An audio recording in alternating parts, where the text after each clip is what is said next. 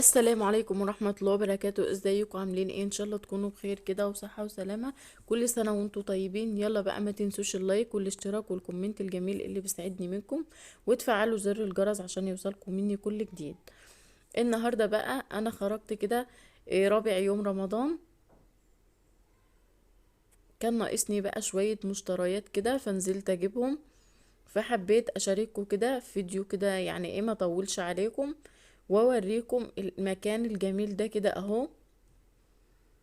في بقى الحاجات اللي هي النجم بتاعت رمضان دي، والجامع اللي هو بينور والهلال، وفي زينة جميلة وفي فوانيس وحاجات جميلة جدا اهو. شايفين الهلال ده لما بيسرق بيبقى شكله جميل جدا، ولا اجواء رمضان بجد تحفة.